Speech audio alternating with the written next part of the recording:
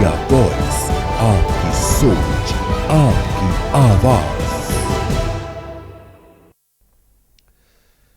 स्वागत है आपका और आप देख रहे हैं इंडिया वॉइस। मैं हूं आपके साथ आनंद विजय सिंह और उत्तर प्रदेश की खबरों में सबसे पहले बात आज की कार्यक्रम की। प्रधानमंत्री नरेंद्र मोदी अपने संसदीय क्षेत्र वाराणसी में और उन्होंने महिला आरक्षण को लेकर आज सभा को संबोधित किया और वहां पर बताया कि आखिर किस वजह से जो सरकार ने लोकसभा में महिला आरक्षण संशोधन विधेयक पेश किया था वो पारित नहीं हो पाया। और इसके पीछे उन्होंने बताया कि सिर्फ और सिर्फ कांग्रेस और समाजवादी पार्टी सहित जो विपक्ष है उसका इस संशोधन को समर्थन न देने की वजह से ही ये बिल पास नहीं हो पाया।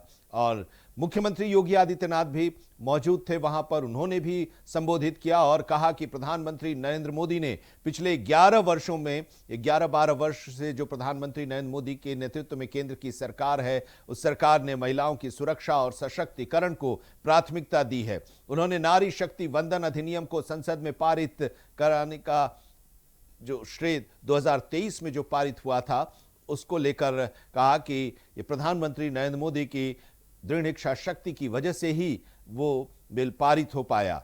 योगी आदित्यनाथ ने आरोप लगाया कि 2029 तक संसद में महिलाओं को 33% आरक्षण के अधिकार को रोकने की साजिश विपक्ष द्वारा की गई है और इससे देश के लोग और देश की महिलाएं खासकर से काफी आक्रोशित हैं। वह धारणा जिस रूप में बदलती हुई दिखाई दे रही थी पिछले 11-12 वर्ष में, पूरी दुनिया की दृष्टि पूरी दुनिया के लिए आकर्षण का केंद्र बना। काशी जिस शिव की, बाबा विश्वनाथ की शाश्वत चेतना का केंद्र बिंदु था, वह फिर से काशी विश्वनाथ धाम के रूप में हम सबको देखने को मिला है।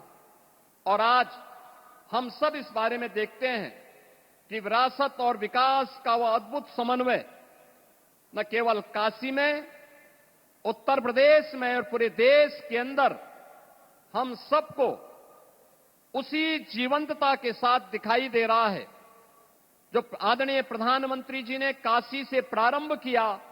आज पूरे देश के अंदर वह हम सबको दिखाई दे रहा है। जिस काशी ने भारत की सनातन परंपरा को जीवंतता प्रदान की, भारत की आत्मा को अपने भीतर सजोए, वे वही काशी आज एक नए कलेवर के रूप में दुनिया के सामने हम सबको दिखाई दे रही है। आज जब यहां पर आदरणीय प्रधानमंत्री जी का आगमन हम सबके बीच में इस नारी शक्ति वंदन अधिनियम, जिसे संसद में जो आदरणीय प्रधानमंत्री जी ने पिछले 11-12 वर्ष में नारी सुरक्षा, नारी सम्मान और नारी सुरक्षा के लिए जिस अभियान को अपने हाथों में लिया था, लाभार्थी परख योजना के साथ साथ अब वह देश के कानून निर्माता के रूप में देश के लिए कुछ और बड़ी महत्वपूर्ण पहल को आगे बढ़ा सकें। एक समय सीमा के अंदर 2029 में उन्हें यह अधिकार प्राप्त हो और देश की विधायिका में, देश की संसद में, देश की विधानसभाओं में उन्हें 33% आरक्षण की व्यवस्था सुनिश्चित हो और उनका प्रतिनिधित्व हो।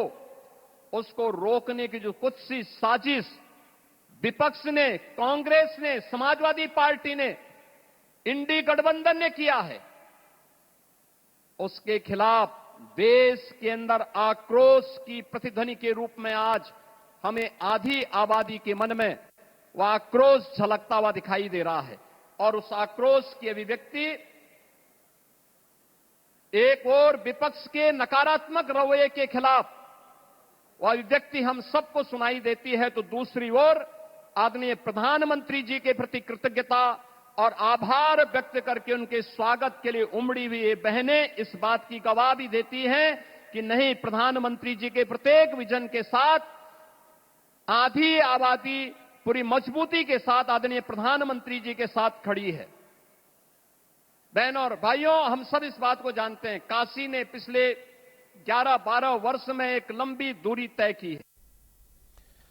बीजेपी के राष्ट्रीय अध्यक्ष नितिन नवीन ने कहा इस मौके पर कि प्रधानमंत्री मोदी ने महिलाओं के जीवन में जो बदलाव लाया है, आज महिलाएं समाज को जोड़ने के साथ साथ एक निर्णायक नेतृत्व दे रही हैं। आज जब पूरा हिंदुस्तान महिला नेतृत्व को आगे देखना चाहता है, उसका संकल्प जिस प्रकार से प्रधानमंत्री मोदी ने लिया है, निश्चित रूप से वे आने वाले समय में इस संकल्प को सिद्धि की ओर लेकर चलेंगे। माननीय प्रधानमंत्री जी, आपने महिलाओं के जीवन में, आधी आबादी के जीवन में जो बदलाव लाया है, मैं देख सकता हूं पिछले एक दशक से अधिक जब हम इस देश में मां बहनों को योजनाओं के ही नहीं, उनके जीवन में किस प्रकार से बदलाव आए, उसको आपने नेतृत्व दिया। और आज महिलाएं केवल समाज को जोड़ने के साथ साथ एक निर्णायक नेतृत्व दे रही हैं, इसमें आपका बहुत बड़ा योगदान है।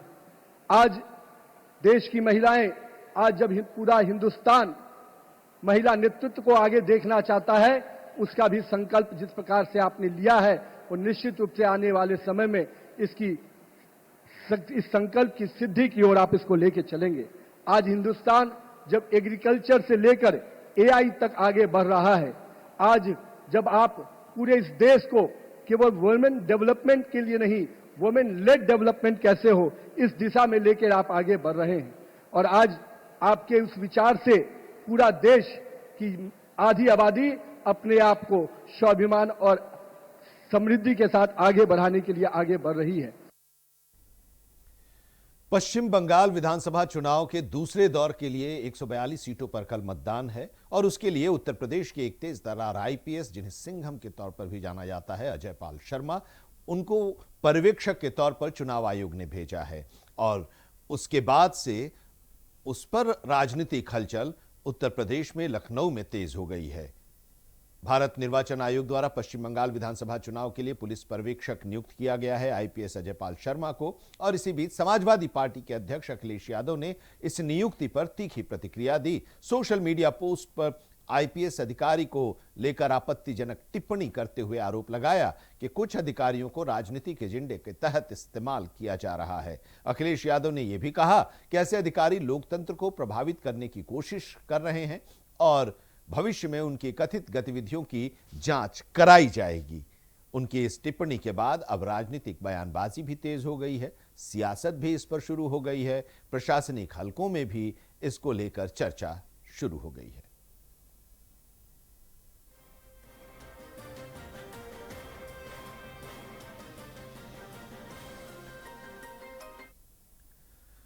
यूपी के वित्त मंत्री सुरेश खन्ना ने कहा है कि पश्चिम बंगाल में दूसरे चरण के मतदान जो कल होने वाला है उसको लेकर सभी तैयारियां पूरी हो गई हैं। मतदाताओं से बढ़ चढ़कर हिस्सा लेने की अपील उन्होंने की है। देश के प्रधानमंत्री नरेंद्र मोदी उत्तर प्रदेश के हरदोई में कल गंगा एक्सप्रेसवे का उद्घाटन करेंगे और ये परियोजना राज्य के विकास में मील का पत्थर साबित होगी। जी, कल प्रधानमंत्री जी गंगा एक्सप्रेसवे का शुभारंभ करेंगे। अभी प्रयागराज से मेरठ जाने में जो 10-12 घंटे लगते थे, अब 6-7 घंटे लगेंगे। 594 किलोमीटर का ये रनवे, का क्वालिटी भी बहुत अच्छी है और बहुत सूझबूझ के साथ बनाया गया है। ये हमारी दूरी को भी कम करेगा और हर तरह से जो हमारा समय बचेगा, क्योंकि डेवलपमेंट के लिए कम्युनिकेशन सिस्टम और ट्रांसपोर्टेशन सिस्टम का स्ट्रांग होना बहुत जरूरी है। और जिस प्रकार से उत्तर प्रदेश में एक्सप्रेसवे को महत्व दिया जा रहा है, उसको प्राथमिकता दी जा रही है, ये उत्तर प्रदेश की आर्थिक स्थिति को भी बड़े पैमाने पर स्ट्रेंथन करेगा। हमारा लक्ष्य है $1 ट्रिलियन, उस दिशा में भी हमको बहुत सपोर्ट मिलेगा। और लखनऊ से राजनीतिक खबर आ रही है सामने, एक बड़ी राजनीतिक खबर लखनऊ से, जहां पर कैबिनेट मंत्री ओम प्रकाश राजभर ने कहा है कि बड़ी संख्या में लोग उनकी पार्टी से लगातार जुड़ रहे हैं और शामिल होने का सिलसिला, यानी कि पार्टी में शामिल होने का सिलसिला भी जारी है। कर्नाटक से भी प्रमुख लोग उनकी पार्टी में शामिल हो रहे हैं। उन्होंने कहा कि प्रधानमंत्री नरेंद्र मोदी बीजेपी के राष्ट्रीय अध्यक्ष नितिन नवीन के साथ वाराणसी के दौरे पर हैं, विकास कार्यों से जुड़े कार्यक्रमों में वो हिस्सा ले रहे हैं और साथ ही हरदोई में गंगा एक्सप्रेसवे का उद्घाटन भी प्रधानमंत्री 29 तारीख को करेंगे, जिसे प्रदेश के लिए एक महत्वपूर्ण परियोजना मानी जा रही है। देखिए, पहली बार राष्ट्रीय अध्यक्ष माननीय नवीन जी आ रहे हैं तो नया कीर्तिमान स्थापित होगा। प्रदेशवासियों को कल प्रधानमंत्री जी गंगा एक्सप्रेसवे की सौगात देंगे, उद्घाटन करेंगे। दूसरी चीज़ कि आज प्रधानमंत्री जी बनारस में महिला सम्मेलन को संबोधित करेंगे और प्रदेश के लिए बड़ी सौगात दे रहे हैं। और जो नारी शक्ति बंधन अधिनियम बिल के खिलाफ विपक्षियों ने महिलाओं के अधिकार न मिले इसके लिए लोगों ने वोटिंग किया, तो उसकी भी जानकारी महिलाओं तक पहुंचाने का प्रयास किया जा रहा है कि आपका दोस्त कौन है, दुश्मन कौन है। 33% रिजर्वेशन माननीय अमित शाह जी, माननीय मोदी जी देना चाहते हैं देश की महिलाओं को, लेकिन कांग्रेस पार्टी, समाजवादी पार्टी सहित तमाम विपक्षी पार्टियां नहीं चाहती हैं कि महिलाओं को 33% रिजर्वेशन मिले। इस नाते उन लोगों ने बिल का विरोध किया है। तो इसकी जानकारी महिला सम्मेलन के माध्यम से दी जा रही है। और यहां पर एक ब्रेक के लिए रुकते हैं, आप कहीं मत जाइएगा, फौरन हाजिर होते हैं कुछ और खबरों के साथ। ब्रेक के बाद आपका एक बार फिर से स्वागत है। गाजीपुर की घटना को लेकर समाजवादी पार्टी ने राज्य सरकार पर आरोप लगाया है। समाजवादी पार्टी के प्रदेश प्रवक्ता आशुतोष वर्मा ने कहा कि गाजीपुर की घटना बेहद दिल दहला देने वाली है और उनकी पार्टी लगातार पीड़ित परिवार के लिए न्याय की मांग कर रही है, पीड़ित परिवार से मिलने की अनुमति भी मांग रही है। उन्होंने आरोप भी लगाया कि सरकार और कुछ अधिकारी पीड़ितों पर एफआईआर और शिकायत बदलने का दबाव बना रहे हैं। आशुतोष वर्मा के मुताबिक समाजवादी पार्टी चाहती है कि पीड़ितों को न्याय मिले और इस मामले की निष्पक्ष जांच हो।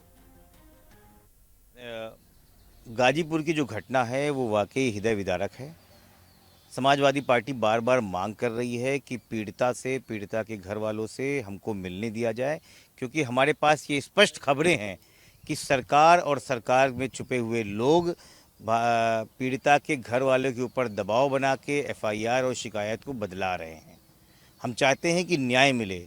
जिस प्रकार से प्रशासन उन पर दबाव डाल के अपने वक्तव्य को चेंज करा रहा है, ये दिखता है कि किस प्रकार से एक आम आदमी का, एक पीड़ित व्यक्ति का, एक पीडीए का गला घोटा जा रहा है इस सरकार में।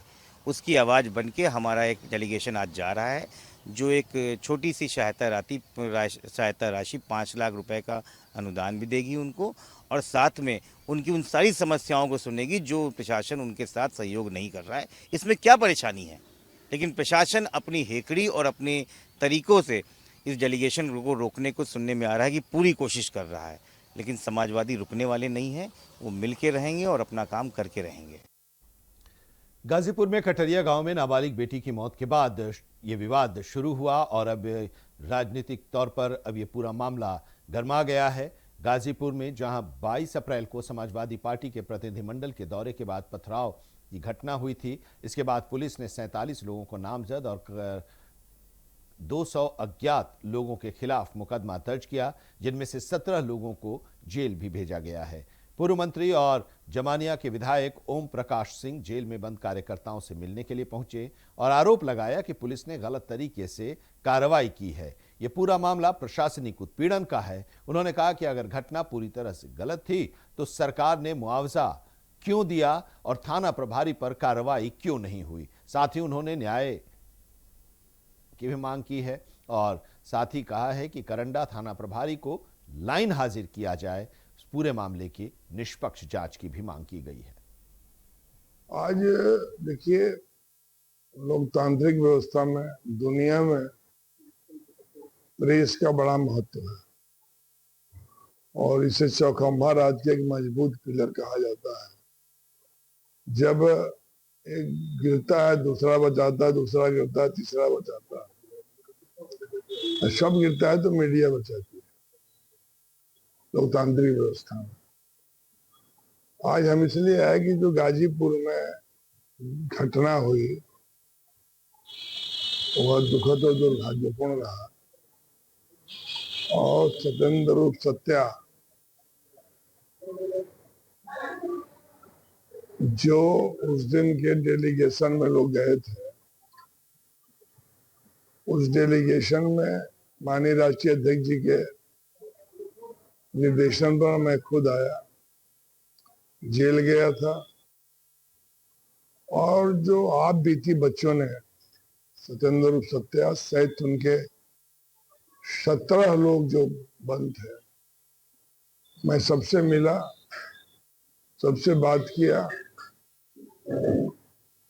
और लंका करंडा थाना ने जो जुल्म किया और इस सब घटना के मूल में करंडा थाना है। यदि ये घटना गलत था तो फिर शासन ने, प्रशासन ने और सरकार ने क्यों भेजा? और इसी के साथ इस बुलेटिन में अभी इतना ही, लेकिन देश और दुनिया की तमाम अहम खबरों के लिए आप जुड़े रहिए इंडिया वॉइस के साथ।